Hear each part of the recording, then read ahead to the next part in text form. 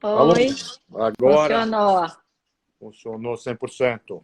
Sim, tudo bem, Alexandre? Tudo jóia? Então, deixa eu fazer aqui uma breve apresentação ao pessoal que está entrando. Eu sou a Sandra. Deixa eu arrumar aqui um pouquinho a minha tela. Eu sou a Sandra, da Orama, estrategista de investimentos. E hoje meu bate-papo é com Alexandre Vazarelli, da BLP Asset, uma gestora que foi criada em 2010 por executivos que foram do Banco Garantia, do Credit Suisse. O Vazarelli também foi do Credit Suisse, né, Vazarelli? Eu E fui dos hoje dois. ele, dos dois, Garantia e do Credit Suisse, também tem mais de 20 anos aí no mercado financeiro e agora ele está na gestão do fundo BLP Criptoativos, mas ele já passou por mesa de renda fixa, de ações, de moedas, de commodities, mercado local e mercado internacional. Então ele tem muita experiência, ele sabe o que está fazendo, né? O fundo BLP Criptoativos, que está na plataforma da Orama, ele investe 20% no Genesis Block Fund, que é o fundo que investe, um fundo no exterior que investe nas criptomoedas, nas moedas digitais. E a estratégia desse fundo é aplicar nas top 10 por valor de mercado, moedas digitais, é isso, né? 80% sim. 80%, perdão, 80% ele investe nessa tese aí de 10 moedas, as maiores moedas por valor de mercado, e 20% vocês reservam ali para outras teses de investimentos, inclusive para os Legal. ICOs, que são as novas moedas, né? Então, lembrando, o BLP Criptoativos FIM, que está na plataforma, ele investe só 20% no fundo que investe lá fora. Por isso que ele é um fundo para investidor, pessoa física, não só pessoa física, né? Para investidor em geral. Porque senão ele precisaria ser para investidor qualificado, porque ele investe no fundo no exterior. Então, o nosso tema de hoje é o mercado de criptoativos. Assim, eu fiz um estudo aqui antes para a gente poder bater esse papo. Tem um monte de perguntas, ô Vassarelli, mas eu queria começar com uma genérica, que eu acho que é para o pessoal se inteirar, que são o que são criptomoedas, tá? Você, na última carta aí do fundo do mês passado, vocês colocaram sobre os no coiners, é isso? Isso, no coins. Que são as pessoas que ainda não acreditam, não conhecem, não entendem. Então, eu acho que essa resposta aqui, o que são criptoativos, moedas digitais, eu acho que de uma forma genérica, só para a gente conseguir aí adentrar nesse assunto que é bastante profundo e detalhado, né? Legal. Bom, primeiro, obrigado por me receber aqui. É um prazer sempre contar um pouquinho do que a gente está fazendo, que no fundo é uma coisa diferente, né? Eu acho que você falou bem, ó, não só eu, como o Axel e o Glauco, os três fizeram bastante coisa no mercado financeiro. Em algum momento você meio que cansa de fazer sempre as mesmas coisas, e a gente teve a oportunidade de ver um novo mundo, né? É o mundo desses criptoativos. Então, o que são os criptoativos? Eles são uma categoria nova de investimento, e o mais conhecido é o Bitcoin. Então, acho que eu vou falar bastante sobre o Bitcoin, que a gente deriva daí.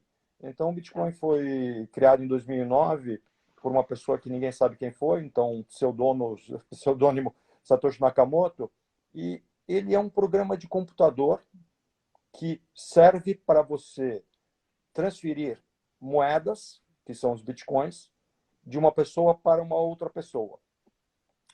Então, ele é um protocolo que serve mais ou menos assim, uma simplificação boa, e eu vou usar muito de simplificação, até porque eu acho que meu objetivo é É. entrar no detalhe do detalhe. É como se fosse você ter uma conta num banco, onde a Sandra pode passar para o Alexandre um valor, que é um Bitcoin, meio Bitcoin, 0,0 nada Bitcoin, sem que esse banco tenha um CNPJ, sem que ele esteja embaixo de uma legislação, e sem que, inclusive, a Sandra não precisa nem conhecer o Alexandre. A transação ela vai funcionar de qualquer forma, e a Sandra estando em qualquer lugar do mundo. Então, é uma coisa muito diferente. Então, assim, o Bitcoin nada mais é do que uma forma de uma pessoa transferir essa moeda para qualquer outra pessoa do mundo, e sem pedir licença para ninguém. Eu acho que essa é a parte. Então, tem duas coisas que são muito diferentes. Não tem um intermediário, e por não ter um intermediário, você não tem nenhum risco. Ele é no trust. Então, vai sair da minha carteira, vai chegar na sua carteira, e como não tem ninguém no meio do caminho, não tem como não dar certo. Não tem, mas como não tem ninguém no meio do caminho, também não gera essa insegurança, porque se não chegar, se do Alexandre para a Sandra não chegar, para quem, a quem eu recorro? Esse é bem interessante, porque eu acho que a gente tem um hábito, e hábitos são coisas que são difíceis de mudar. A gente tem um hábito de pegar o nosso dinheiro, depositar no banco, e abrir a tela do banco e fazer uma TED. Isso nos dá tranquilidade, mas a impressão que eu tenho é o seguinte, que cada vez mais gente vai usando o Bitcoin e vai ficando mais confortável. Não tenha dúvida, a primeira vez que você faz uma transação em Bitcoin, você quase morre do coração. Porque você, no fundo, o que é? Você bota um monte de números, lá são 26 números hexadecimais que você bota, e daí bota um valor, aperta ali, send, e acabou. Então, assim, a outra parte da sua pergunta é, ele não erra, não tem erro. Porque, no fundo, é um programa que já está tão testado. É um pouco assim que nem o Excel. No Excel você bota 2 mais 2, não vai sair 5. Né? Por quê? Sei lá, porque funciona. Então, não sei como funciona? Não sei, mas eu sei que funciona. Então, acho que o Bitcoin, essa parte de que funciona, eu acho que já passamos por essa fase. Então, é muito bacana, porque lá atrás se tinha dúvida da resistência do Bitcoin ou dos criptoativos. Hoje já passamos dessa fase. Então, pelo menos no Bitcoin, eu acho que não existe mais dúvida que se ele funciona e se ele é seguro, né? Eu acho que são as duas. A segurança era muito questionada, eu acho que hoje não tem mais dúvida disso. Mas então, por que ele foi criado logo depois da crise de 2008 ali, já tem 10 anos, mas ainda assim, muita gente não se sente confortável para transacionar essa moeda. Então, assim, eu acho que é bem legal o que você falou. Se a gente lembrar, e a gente estava, assim, você estava lá, eu estava lá também, em 2008, foi uma crise bem interessante, porque teve uma questão de crédito muito forte de mercado americano.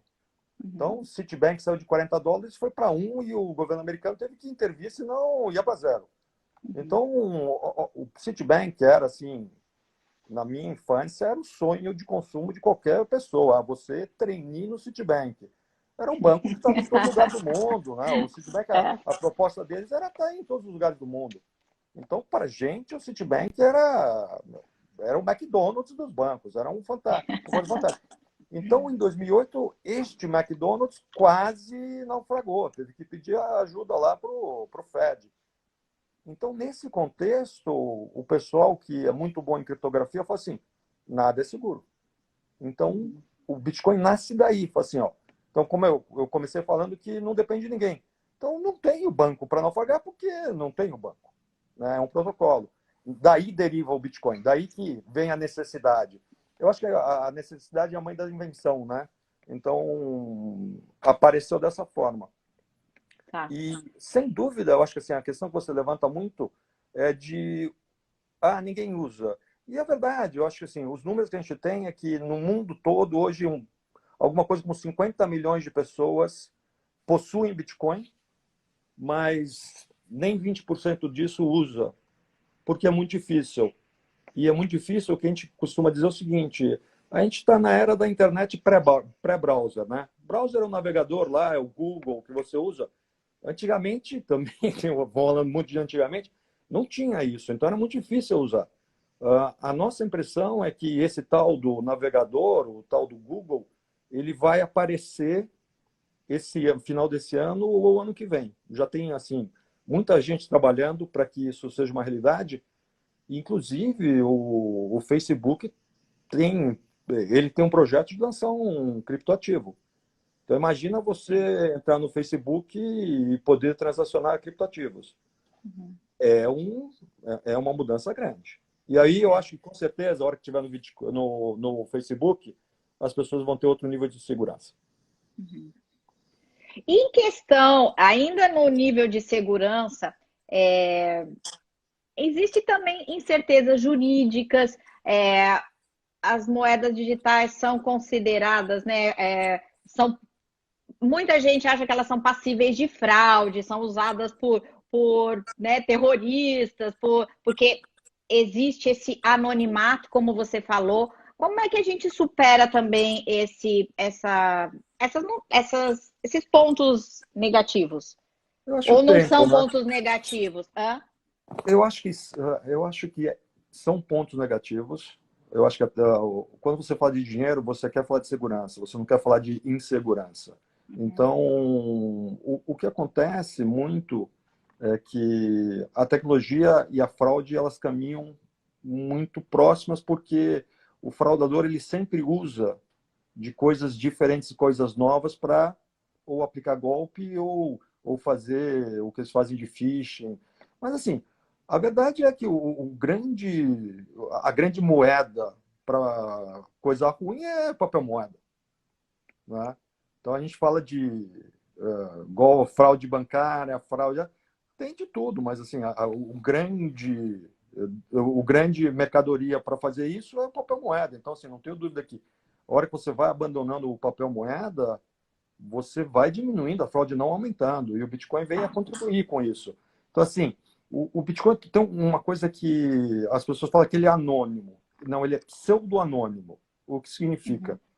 Significa que, como eu falei lá atrás, as carteiras são meio que uns números. E ninguém vai saber, não tem um nome lá, Alexandre. Tem uns números lá. Ele não vai saber que é do Alexandre. Mas na hora que o Alexandre for comprar uma xícara de café, vai sair dessa carteira e vai ter provavelmente uma câmera lá e vai gravar o Alexandre. Então, o que eu quero dizer é o seguinte: hoje, se o governo quiser descobrir quem usou, ele tem ferramentas. E eu acho que no tempo esse ferramental só vai aumentar. Então, vai ser muito mais seguro do que é hoje. Eu acho que talvez a grande discussão aí é de privacidade. Se o problema vai ser do outro lado. Vou fazer mais algumas perguntas sobre moedas para a gente entrar nos investimentos, tá? Como eu falei, o Bitcoin foi criado depois da crise de 2008. Isso. E agora a gente está no meio de uma crise. Você escreveu até um artigo que fala sobre as moedas, né, os portos seguros que se valorizaram aqui nessa crise, como o dólar, ien, o franco suíço, e que eles se valorizaram em detrimento de outras moedas. Você disse que isso não acontece na moeda digital, no Bitcoin. Pode explicar isso para a gente, que não precisa, né, de uma moeda se desvalorizar para que a outra se valorize? Então, não precisa que nenhuma moeda se desvalorize para que o Bitcoin continue se valorizando? Eu acho assim, a gente está acostumado com as moedas emitidas pelos bancos centrais. Então, o real e o dólar. O dólar ficou mais forte e o real ficou mais fraco. Então, quando isso acontece, é bom para a economia americana, mas é ruim para a economia brasileira. A gente sabe isso, a gente vive isso, né? O dólar sobe e a gente já começa a sofrer. No Bitcoin, a diferença grande é que se o Bitcoin sobe, ninguém caiu. Todo mundo caiu contra ele. Então, a vitória do Bitcoin não é a derrota de ninguém. Isso é muito diferente porque aí um pouco a história da moeda, tem gente que fala que a moeda, o Estado pega a moeda para financiar a guerra. Tudo bem, isso é história. Não estou dizendo que hoje é assim, mas hoje um país que tem uma moeda forte é muito melhor, né? Imagina Então, assim, as 3 moedas que melhor performaram foram as 3 grandes, que é o franco suíço, o ien e o dólar. Imagina no Brasil, quando tem crise e começa a apreciar a moeda. É mais fácil trabalhar, né? É mais fácil dormir. Então, eu acho que isso, o Bitcoin, por não ter dono, e ninguém é dono dele, é o tal uma moeda descentralizada, ela tem uma vantagem estratégica muito grande para todos os países, né? Porque são 180 moedas. Se 3 ganham, 177 perderam. Então não é assim, não é só o Brasil que sofre com a desvalorização da sua moeda em momento de crise. Tá. E aí, com essa pandemia, você acha, né?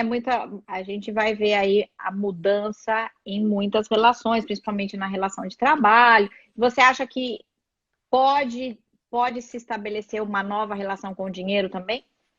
Acho total. Eu acho que, primeiro, o papel moeda, na pandemia, ele traz uma preocupação que não existia. Né? E é uma preocupação importante. Então, já existem algumas economias que estão tentando eliminar o papel moeda. A Suécia tem um projeto de não ter mais papel moeda. A China é um dos países que está mais envolvido em meio de pagamento. Diz que na China você não usa nota para mais nada. Então, já existia essa tendência grande. Eu acho que a pandemia ela só acelera. E é bem saudável, porque eu acho que, no fundo, o papel moeda já vai ficar coisa do passado. Né? Eu acho que não tem necessidade. Principalmente que todo mundo hoje tem esse tal desse telefone que você pode botar a carteira lá e pronto. Então, meios de pagamento, assim, eu acho que o Brasil é uma cornucópia de meios de pagamento hoje em dia, né? Você vê a quantidade de pessoas tentando resolver essa questão é muito grande. E o Bitcoin entra nessa. Eu acho que ele está bem posicionado para ser usado no dia a dia. Eu vi ali na sua carta também do mês de abril que o cartão Visa tá utilizando como recompensa em bitcoins. Isso é no mundo todo, Vazarelli? É fantástico. Tem assim uma coisa que ele, assim, na verdade, esse cartão nem nos Estados Unidos você consegue, né? Porque tem tanta procura, a fila é tão grande que você não consegue. Não, é uma Mas já loucura. tem aqui no Brasil? Não. Eles não Então é isso que eu ainda. perguntei. Não, mas ele vai ser, ele só não é porque tipo, eles não estão conseguindo nem. Tá. A demanda é muito grande. Então, Tá. essas coisas, assim, obviamente que eles vão por mercados e já começaram no mercado americano, porque a empresa é americana. Então, a parte de legislação ajuda mais, é mais fácil para lá, né? Mas, assim, no Brasil já tem alguns cartões que aceitam depósito em criptoativos. Já tem fundos também, né, lá fora, muitos fundos de instituições grandes que já investem em criptoativos. Não, assim, a semana passada teve o Paul Tudor Jones, que esse é um dos 15 grandes managers de dinheiro americano. Ele falou que já tem alguma coisa entre 1% e 2% do fundo dele em bitcoins. Tá. Então, essa aí é o carimbo. Sabe aquela mesa que senta com 15 caras para jogar pôquer? Um dos 15 falou: olha, próximo jogo eu quero apostar Bitcoin aqui. Então, assim, é muito forte. E para a gente que. A gente foi pioneiro nesse produto de fundo de investimento. Sim. E a gente lançou esse fundo em janeiro de 2018. Nunca imaginamos que fosse tão rápido. Então, assim, por um lado, você traz, ainda ninguém usa. Para gente que lá atrás também ninguém nunca usava e ninguém nunca ouvia e todo mundo falava que era pirâmide, né? Então, hoje, você ter o carimbo de um cara como esse, para a gente foi muito mais rápido do que imaginava. A gente imaginou que ia demorar mais para chegar. Esse cara, assim, tipo, esse aí a nata de Wall Street já está botando no seu portfólio. Isso é fantástico. Mostra um amadurecimento. Então, conversa muito com a sua primeira pergunta de riscos, medo. Se um cara desses comprou, é um dos melhores analistas de risco que pode existir. Né? Ele faz isso há 60 anos. Posso te provocar? Não teve... Eu acho bem bacana essa tese. Eu estudei bastante até né, quando vocês lançaram o fundo, para a gente colocar o fundo na plataforma, e até porque eu conheço vocês também já de muito tempo, então, mas você falou, esse cara deu o aval. A gente teve Madoff também aí no... que era, o cara falou, todo mundo pode fazer. Tô Mas de Madoff novo te é uma... provocando Não, eu acho sobre o risco, né? Eu acho que é fantástico, porque o Madoff, ele conversa com aquele... Foi uma fraude. E Isso. não tem nada a ver com o Bitcoin, turma. O Madoff era mais simples, era uma coisa assim. Acho que vale a pena conhecer essa história, porque aí foi uma ilusão, o cara era um ilusionista. Ele usou o nome dele para montar um Ponzi Scheme clássico. Uhum. Então, assim, eu acho que é muito importante o papel de, por exemplo, o papel de vocês ao fazer a diligência, conhecer o gestor, porque lá atrás a grande vantagem qual foi o golpe do Madoff? Ninguém foi lá ver. Né? Ninguém fez a diligência correta e acabou distribuindo um produto que era uma fraude. Então, assim, uma coisa é o Alexandre falar que o produto dele é fantástico. Outra coisa é o produto dele estar embaixo de regras da CVM e está numa plataforma onde a plataforma fez um trabalho. Eu acho que é muito importante. Então, assim, fraudadores, eles nascem todo dia. Cabe a nós e cabe ao sistema financeiro evitar que eles perseverem. E eu acho que Madoff foi um excelente puxão de orelha. Uhum. Tem algumas perguntas aqui. Eu vou.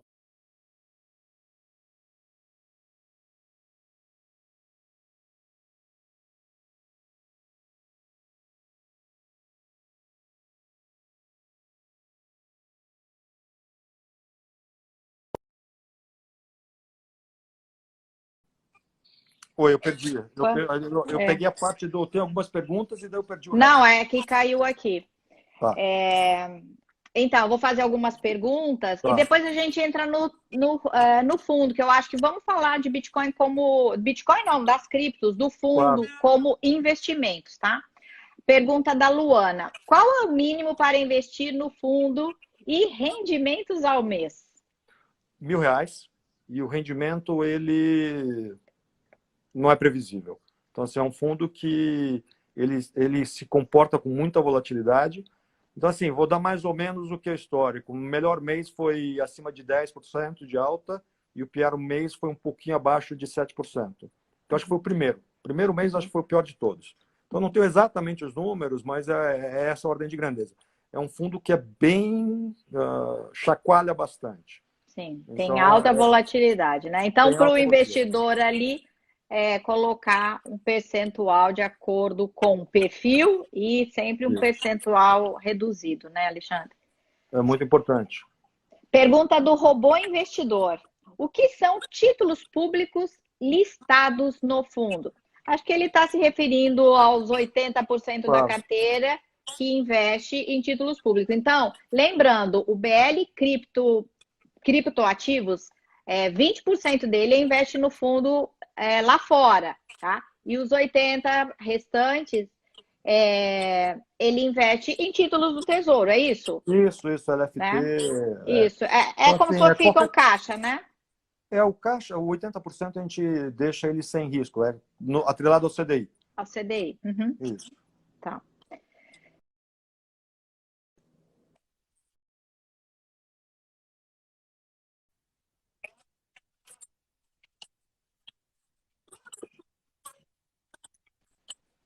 Alô? Eu acho uma ótima pergunta. Assim, então, tá. o que a gente acha é o seguinte, que você investir em Bitcoin é razoavelmente factível. Dá para você ir numa corretora, comprar e custodiar. Dá para fazer, né? Não é super fácil, eu não acho que a minha tia vai conseguir fazer, mas eu acho que dá para fazer. Você ter uma carteira de criptoativos é muito complicado. Então, a ideia do fundo foi justamente isso. Você quer comprar Bitcoin? Vai na corretora, vai ser feliz, a gente vai ser Peraí, Alexandre. Só um minuto. O pessoal está reclamando que está sem voz. Eu estou te ouvindo bem. Eu estou te ouvindo. Também. Vamos lá. Tudo bem, gente? Podemos seguir? Alguém avisa aí se está com voz? Estão ouvindo? Senão estamos nós Então, dois falando aqui a meia hora. Não, foi só Está agora. com voz. Tá com voz. O robô investidor falou que está com voz, então podemos. O robô então Então, liberou vamos a lá. gente. Então, o robô investidor é o seguinte: fazer uma carteira de criptoativos é muito difícil. Então, qual que é o DNA do fundo? A gente lá em 2016, primeiro o Axel, depois eu, o Glauco e eu, a gente começou a investir nisso e viu que tinha uma oportunidade muito grande, achou que o mercado ia crescer muito, e daí a gente falou assim, pô, em vez de ficar investindo para a gente, vamos investir para a gente e para os amigos, e aí nasce o fundo.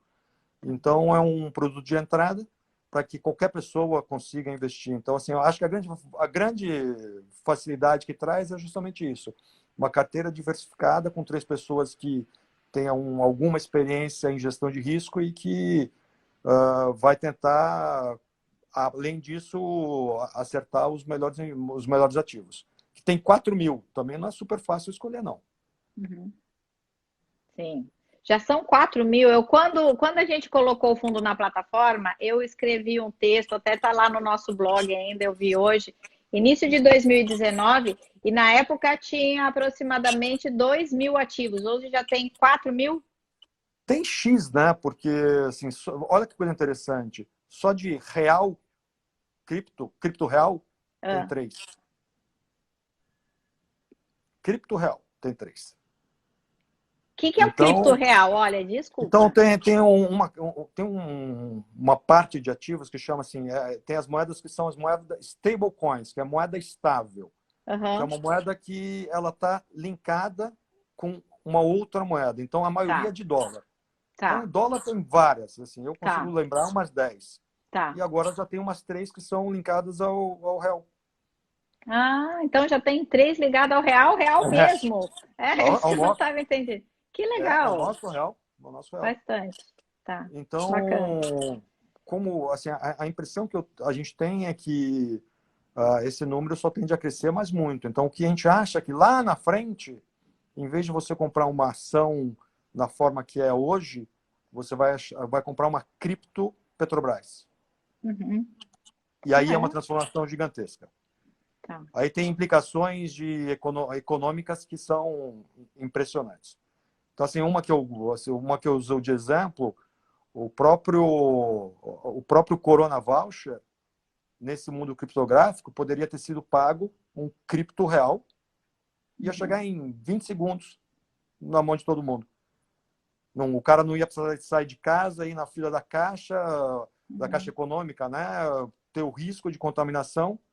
Então, o que a gente gosta mesmo é que essa tecnologia permite um ganho de eficiência muito grande. Não é brincadeira, não. É bem sério a transformação que a gente vai ver. Vamos lá, pergunta do Léo. Incide IOF no primeiro mês? Incide R? Sim, IOF incide fundo multimercado e também o IR. O IR é tabela regressiva e tem come-cota, certo? Isso, no nosso fundo a gente só entra, assim, a gente só tem uma cota de entrada e saída, que é a do último dia útil do mês. Isso, então, o IOF você não vai pagar porque a gente não porque vai um mês você vai. Isso, antes de 30 dias, né? Só se for fevereiro, mas tudo bem, não é.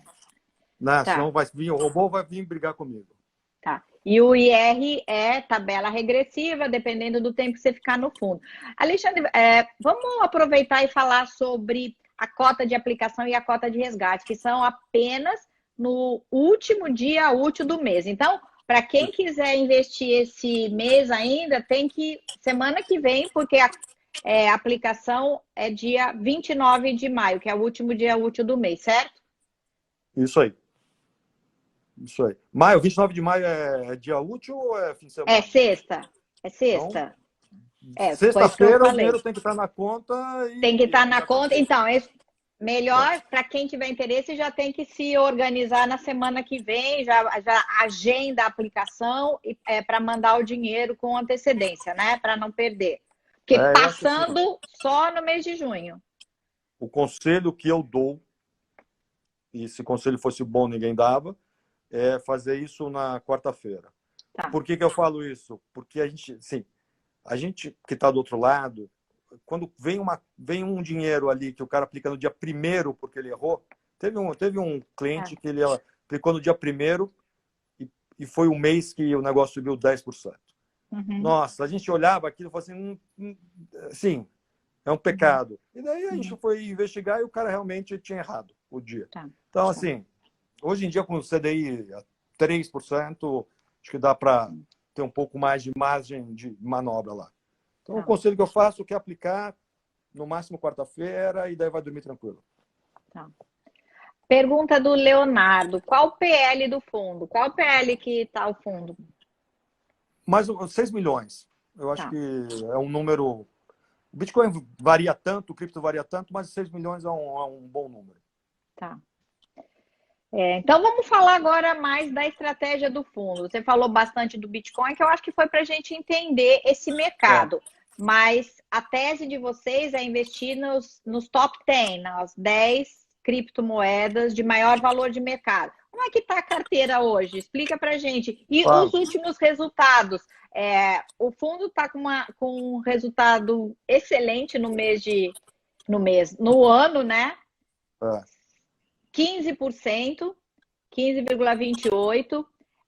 Então, é um excelente resultado. Tem a questão da variação cambial, né, Vazarelli, que eu acho que era legal também falar um pouco para quem olha o gráfico ali, vê a variação e o câmbio também influencia na cota. Isso, eu acho assim, o que a gente fez? A gente botou uma restrição onde 80% do dinheiro aplicado em criptos tem que estar entre as 10 maiores, o que não significa que a gente tenha que ter todas. Hoje, a gente das 10 tem 5. Então, hoje a gente tem 11 moedas. A gente tem 11 moedas. E pensa no fundo de criptoativos como um fundo de bolsa, como se fosse um smart beta. Então, assim, um criptoativo ele não é tão diferente de uma ação. Então, ele tem uma proposta, assim, que a gente chama de função-utilidade. Qual que é a proposta? E a gente divide, tem 3 temas grandes. O primeiro tema é moeda. Aí é Bitcoin, Bitcoin Cash, Monero, que é uma moeda privacy coin, que eles chamam, né?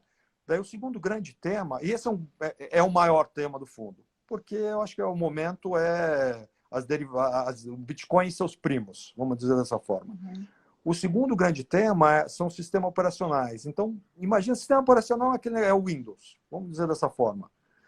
Existem alguns projetos que querem fazer um Windows global, para você entrar na sua internet e fazer uma transação com qualquer outra pessoa de qualquer lugar do mundo, mas uma coisa mais estruturada, do tipo, eu vou tomar um empréstimo.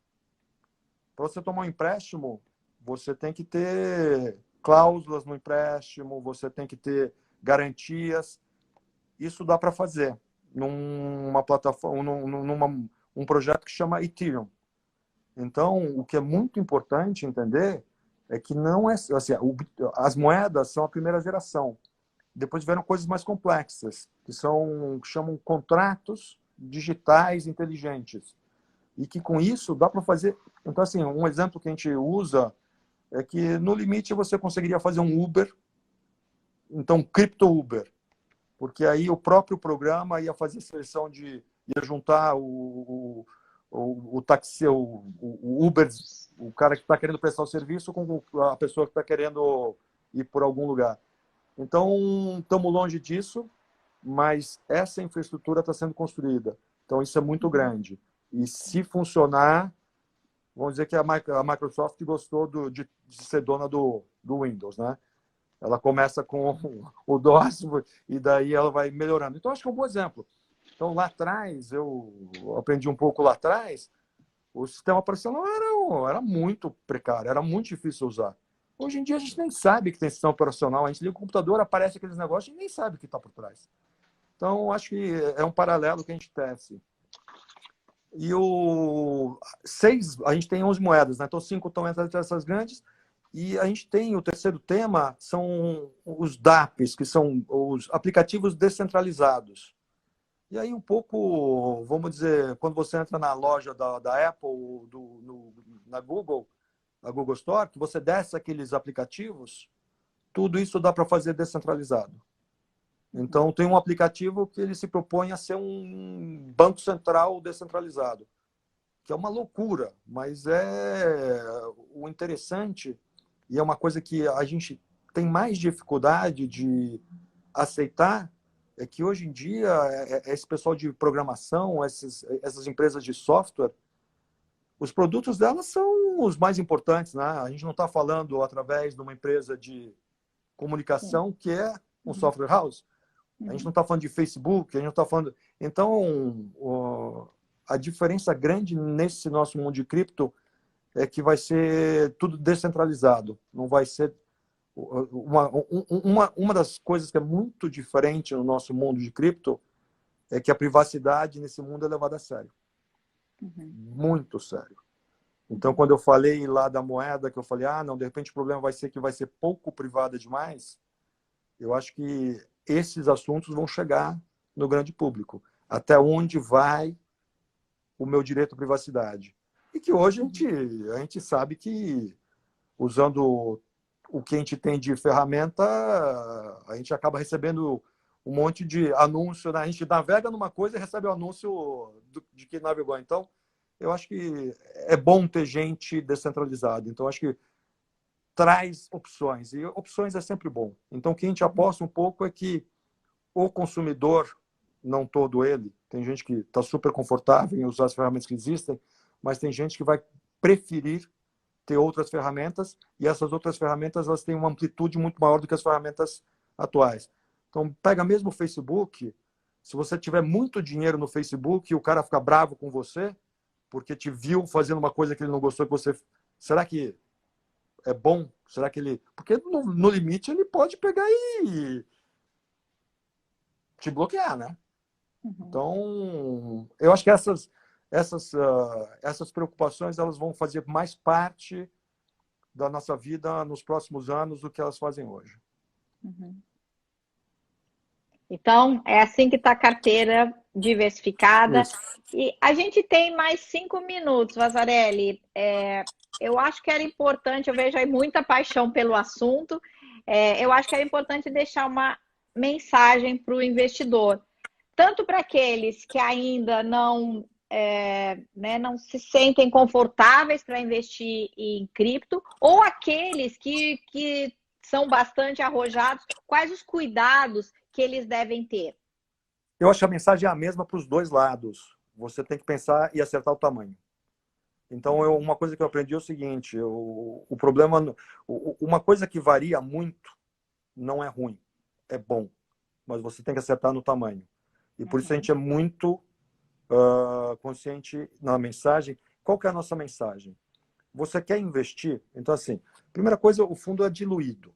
Então, para cada 5 unidades, você leva uma de cripto.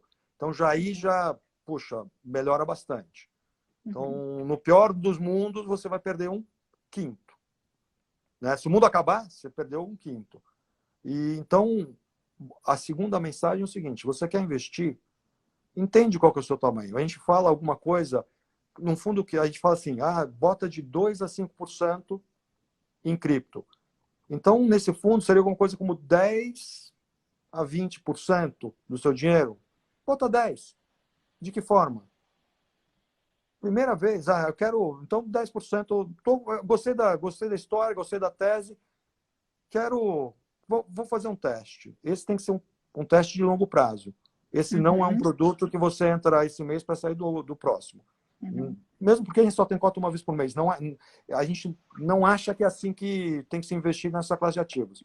A nossa proposta é de médio e longo prazo. O que é médio e longo prazo? 5 anos, longo prazo, e você revisita em 2 anos. Não dá para fazer isso. Então, de repente, é melhor você ir para um outro investimento. Não, tô a fim de fazer um teste. Beleza. Então, bota 50% agora e o resto você divide em 5 entradas. Né? Por quê? A maior pergunta que a gente recebe é: Bitcoin vai subir ou vai cair? E a resposta é sempre a mesma. vai subir, vai cair, daí vai subir de novo, daí vai cair. O que a gente acompanha é que ele sobe mais do que cai, né? Porque o negócio é de estava 10 mil ontem, está 9 mil hoje, em dólares, ele sobe mais do que cai. Por isso que tem que ter bastante... Por isso que a gente fala 2 a 5 anos. Não é porque a gente está querendo inventar a roda. Porque a variação é muito grande, né? Então, a gente já viu o Bitcoin cair 60%.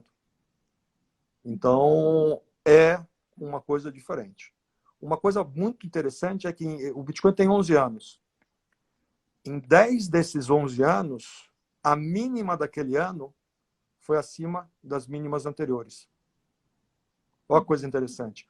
Então, ele varia muito, mas ele vai fazendo mínimas mais altas. E isso... Então, a pessoa que já investiu e com essa cabeça de, vou ficar, ela ganhou muito mais do que aquela pessoa que fala assim, vou comprar quando estiver subindo. Porque cai. Então, assim, tem que estar preparado. Eu acho que, assim, o que a gente sabe é que uma coisa que é muito legal nessa classe de ativos é que ela não tem... se a bolsa cair, o Bitcoin pode subir, ou pode cair, ou pode ficar no meio mesmo. Não tem o que a gente chama de correlação.